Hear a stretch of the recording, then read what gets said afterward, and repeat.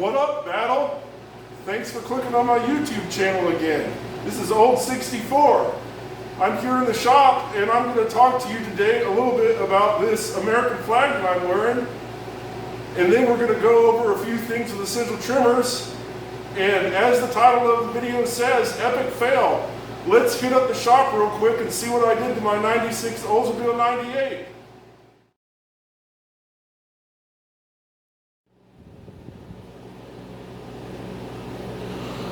Here we are in the shop. I'm going to be working on my 96 Oldsmobile 98, 12 volts DC, so we don't have to worry about electrostatic discharge too much, but best workmanlike practices says take off the watches, rings, and dangly things.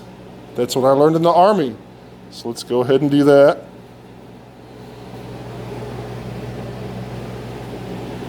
Yes, dear, I'm taking off the wedding ring. Taking off the class ring.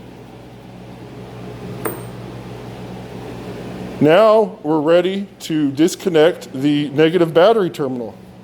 And right here, I actually modified these battery cables because the original ones were nice and crispy.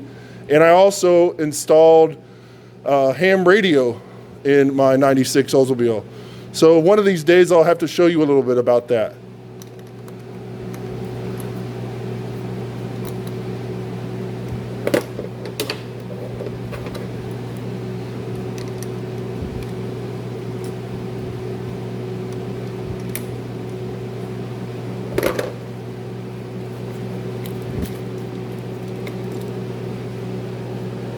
Now we're ready to go in the car and get to work removing the door panel.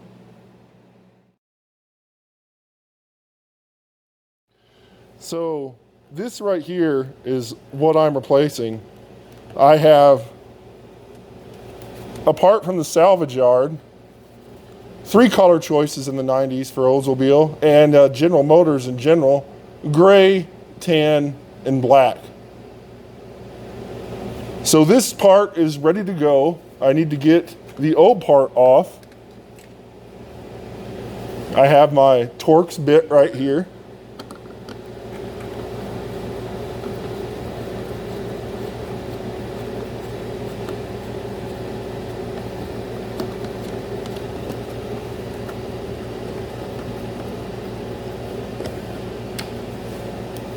Take that screw off.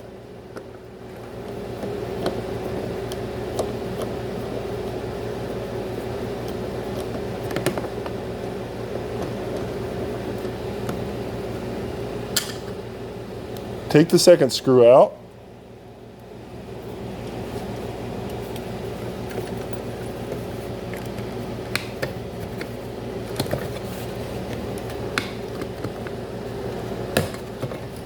The bottom part of the door handle comes out.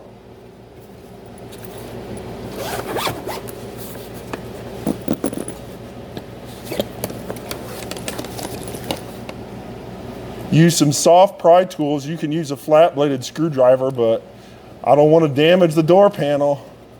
Wouldn't want to have the interior redone. There aren't very many of these left in the salvage yards. And this is the 96, let alone the 71. There it goes.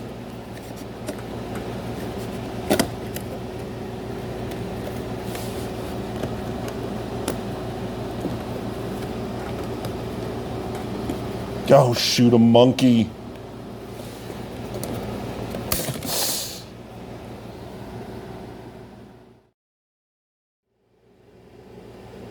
Ten up and 2 down, that's what it is, folks. We'll see if I ever publish this. So I'm not going to take the entire door panel off. You can see here, I mixed some 2-part epoxy and I glued the broken piece together. It's sitting up.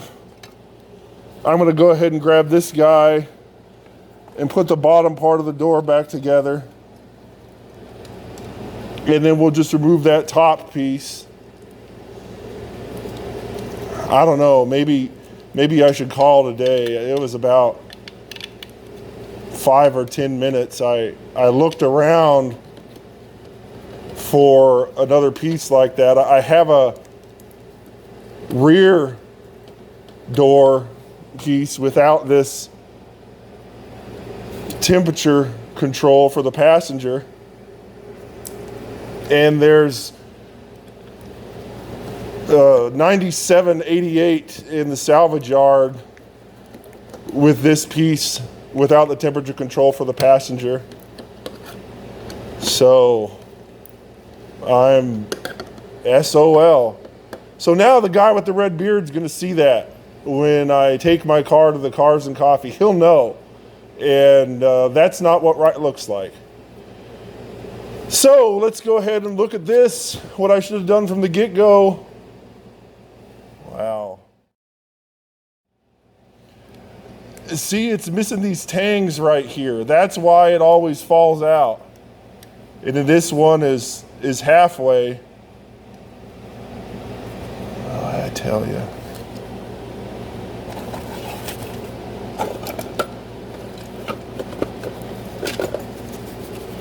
Here's the piece that I got from the salvage car. See, all those tangs are good.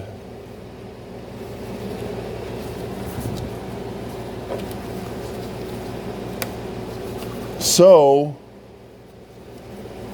I suppose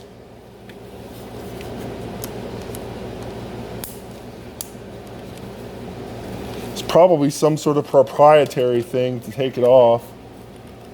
I never would have been good as a technician at a dealership. Wow, there you go. That one was easy.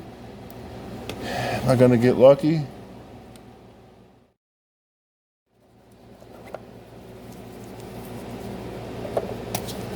You gotta be careful with these. They're very sharp.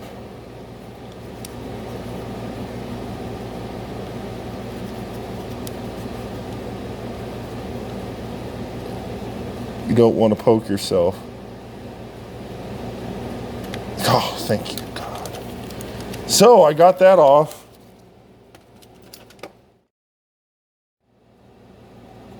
Yeah, it only goes in one way.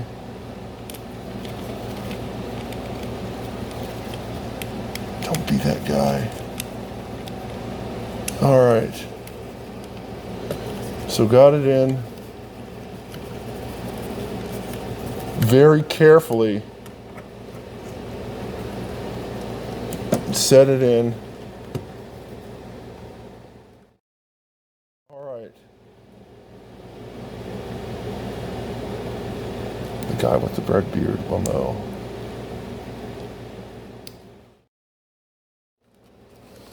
This piece right here is broken.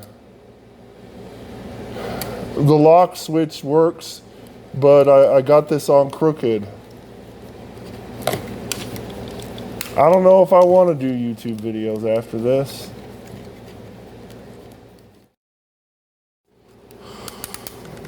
I need a drink.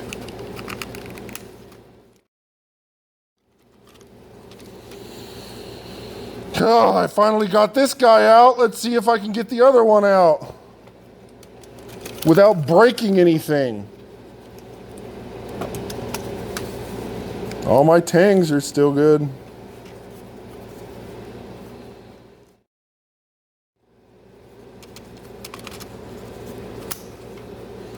Who was it that put these together? Where was my Oldsmobile built?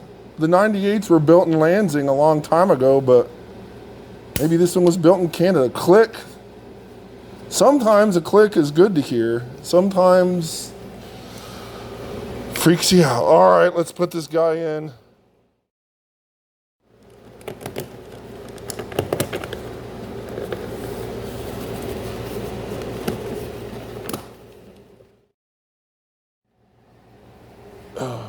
Forward, backward, front up, front down, back up, back down, backrest, backrest forward.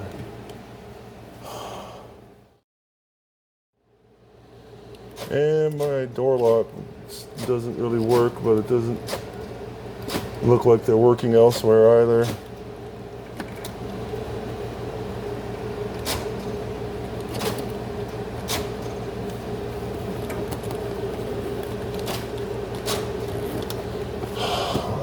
Whatever, I'm done.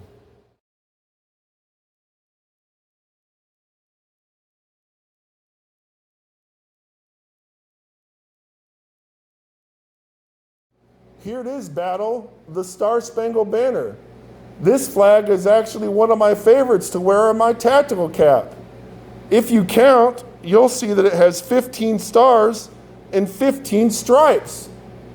Now, under the first Flag Act passed by Congress on June 14th, 1777, they said, resolved that the flag of the United States be made of 13 stripes alternating red and white, that the Union be 13 stars, white in a blue field, representing a new constellation.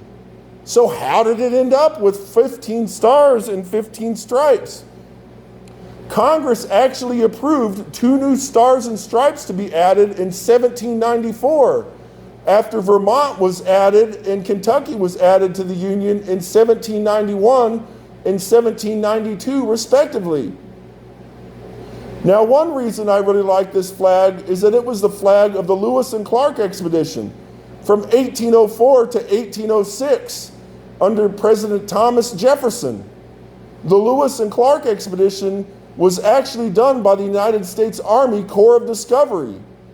Meriwether Lewis and William Clark were both Army officers.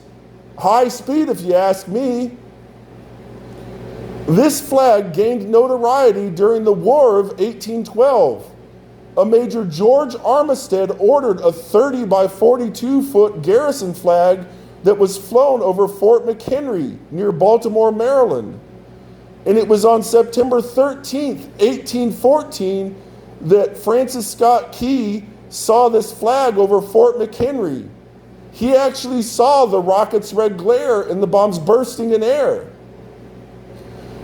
Now, the Star-Spangled Banner was not officially our nation's national anthem until passed by Congress and signed into law by President Hoover on March 3rd, 1931.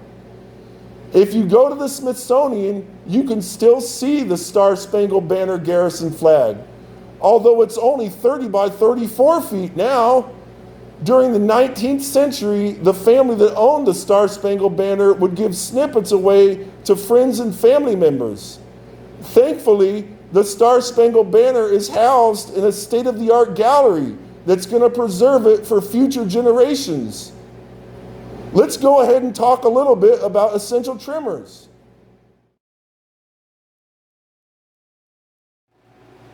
Hey, Battle. I hope you learned a little bit about the Star-Spangled Banner. I also hope you learned what not to do if you own a 96 Oldsmobile 98. Okay, let's talk about essential trimmers. Now, I originally had intended to tell you about the medication I'm taking for essential trimmers. But since I have so many of these patches to tell you about, and only so much information to relay to you about essential trimmers, you know, I'm not a doctor, I'm just old 64. Well, I'm going to go ahead and tell you that essential trimmers can actually be lessened by the effects of alcohol, whereas alcohol has no effect on Parkinson's disease. And doctors can use this to determine whether or not you have essential tremors or Parkinson's disease. So let's see what my essential tremors are like right now.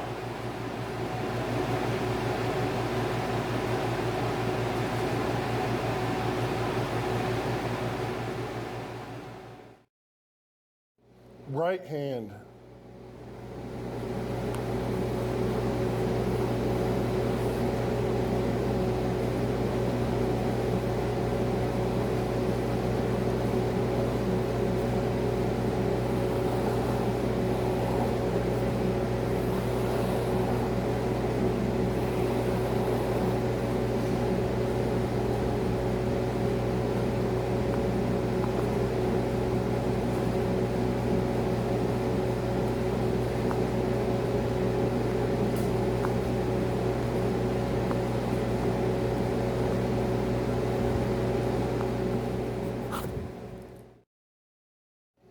Left hand.